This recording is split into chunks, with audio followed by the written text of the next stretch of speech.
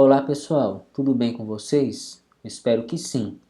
Hoje nós vamos dar continuidade fazendo uma última aplicação sobre integrais duplas, né? Que é o cálculo de áreas de superfície, né? Nesta seção vamos determinar a área de uma superfície cuja equação é dada por z igual a f de x e y através de uma integral dupla. Seja essa uma superfície de equação z tendo como derivadas parciais contínuas. Suponha f de xy maior que zero e que o domínio seja um retângulo. Dividamos S em subretângulos com R e J igual a delta IJ igual a delta XI, delta YJ. Suponha que P e J é o ponto de R e J mais próximo da origem.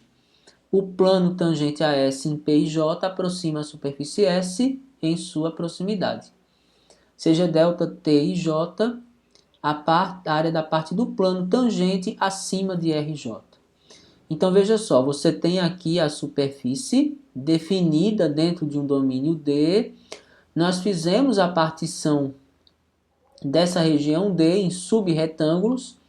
E se nós ampliarmos, né, esse subretângulo R e J de comprimentos ΔX e ΔY, né, ΔX e ΔYJ, nós vamos ter uma regiãozinha aqui subentendida, que é essa superfíciezinha em azul. E a ideia é traçar um plano tangente a essa superfície a partir do ponto P e J, que é o ponto mais próximo da origem dessa superfície nessa região. Quando nós fazemos isso, nós estamos criando um plano pelos vetores A e B de área, ΔT e J, e essa áreazinha vai cobrir justamente esta daqui, que é a superfície que a gente quer calcular. Então a gente está aproximando a superfície curva através de paralelogramozinhos planos, né? E se nós usarmos esses paralelogramos, né, somando todos eles em todos os subretângulos que nós formamos, nós temos a aproximação da área. E quando nós tomamos limite, essa cobertura dessa superfície através de paralelogramozinhos, ela tende à perfeição e você tem a área da superfície. Bom, a ideia agora é como é que nós vamos determinar esse ΔT e J, né? ΔT e J é um paralelogramo de vetores A e B como sendo lados, portanto a área do paralelogramo, como a gente sabe, é o produto vetorial em módulo, né? O módulo do produto vetorial entre os vetores A e B. E quem são esses vetores A e B?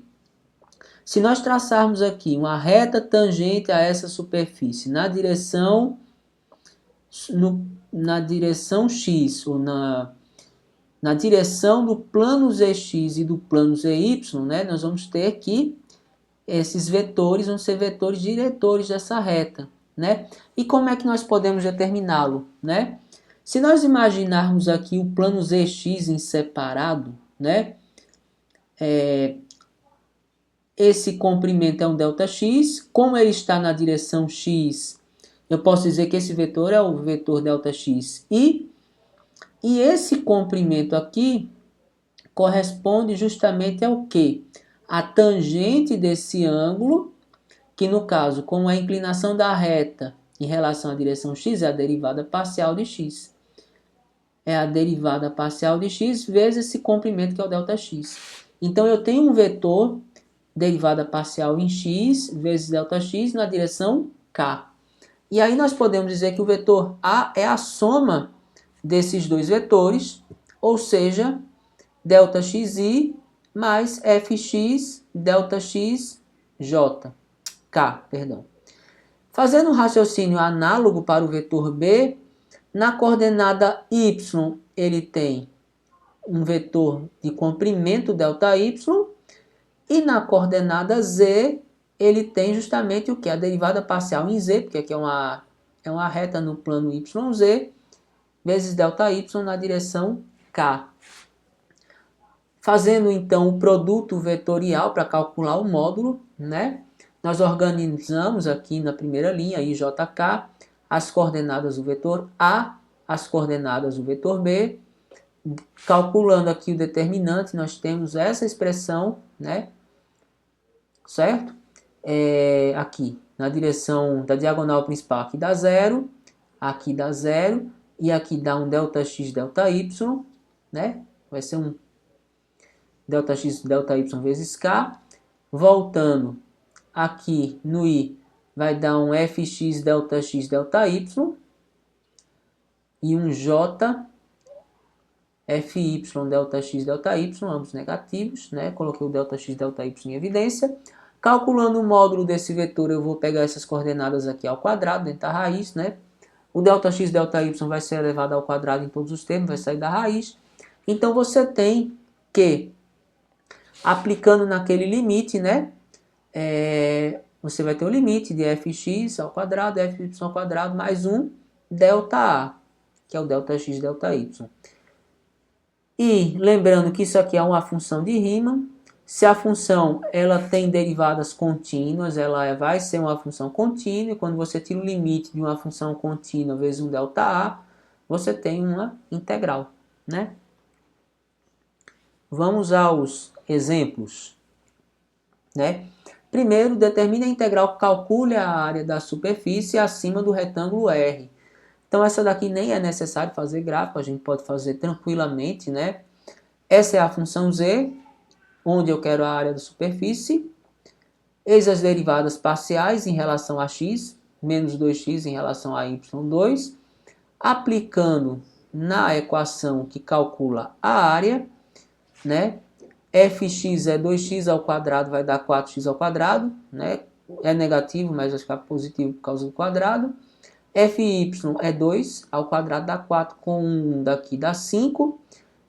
Eu coloquei na ordem de integração dy dx, então nós temos que o y varia de 0 a 1, está aqui, ó, de 0 a 1, e o x varia de 2 a 3. Indo para o segundo exemplo, ele quer a superfície do paraboloide abaixo do plano z igual a 9, né? Então, esse é o gráfico, né? Explicando aqui o gráfico, que não é nem exatamente cálculo 3, é cálculo 2, né? Nós podemos pensar nessa superfície, nesse sólido, né? Nessa superfície como através de curvas de nível. Para z igual a 0, x e y tem que ser 0, ela parte da origem. Z não pode ser negativo. Para z igual a 1, dá um círculo de raio 1. Para z igual a 4, dá um círculo de raio 2, e sempre na origem. Para z igual a 9, dá um círculo de raio 3. Né? Se você observar, o comportamento aqui não é em forma de cone, é de parábola. Por quê? Né? Na direção zx, no plano zx, por exemplo, se a gente considerar y igual a 0, você tem z igual a x ao quadrado, que é uma parábola. Da mesma forma no plano zy, considerando x igual a 0, z igual a y ao quadrado, é uma parábola, né? E aí você tem, então, que você quer a superfície desse paraboloide na região interna a esse círculo de raio 3, né? Então, essa é a equação da curva, né? A equação da área da superfície. Vamos colocar todos os dados aí, né? Você tem aqui a derivada parcial em relação a x é 2x, fica 4x ao quadrado.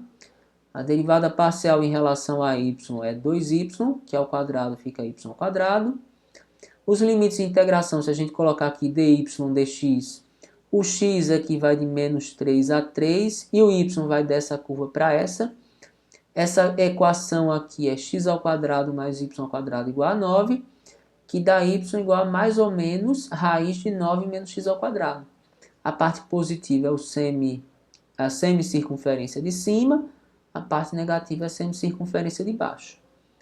Como a simetria desse problema é circular, é interessante a resolução através de coordenadas polares. Não é obrigatório, é interessante porque facilita as contas, né? Para colocar em coordenadas polares, a gente tem que substituir x e y por r cosseno θ e r seno θ, né?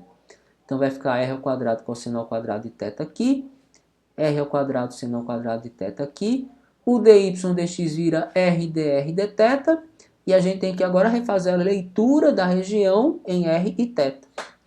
Esse círculo, ele contém todos os pontos de raio 0 até 3, né? Se você observar. E para varrê-lo todo, eu tenho que começar em 0 e terminar em 2π. E aí, né? Se nós colocarmos esse 4r ao quadrado em evidência, né? Vai ficar um cosseno ao quadrado mais um seno ao quadrado, que dá 1, né? Aí você não tem um termo que não é dependente de θ, aqui vai ficar uma integral bem simples, né? Porque você tem um quadrado dentro da raiz e um termo simples fora, né? Então, se você chamar u igual a 4r ao quadrado mais 1, du vai dar 8r dr. E aí, fazendo a substituição em r e depois resolvendo a integral em θ, nós chegamos aqui ao resultado que é a área da superfície em questão. Tá certo? Então, agradeço a atenção de todos e até a próxima aula.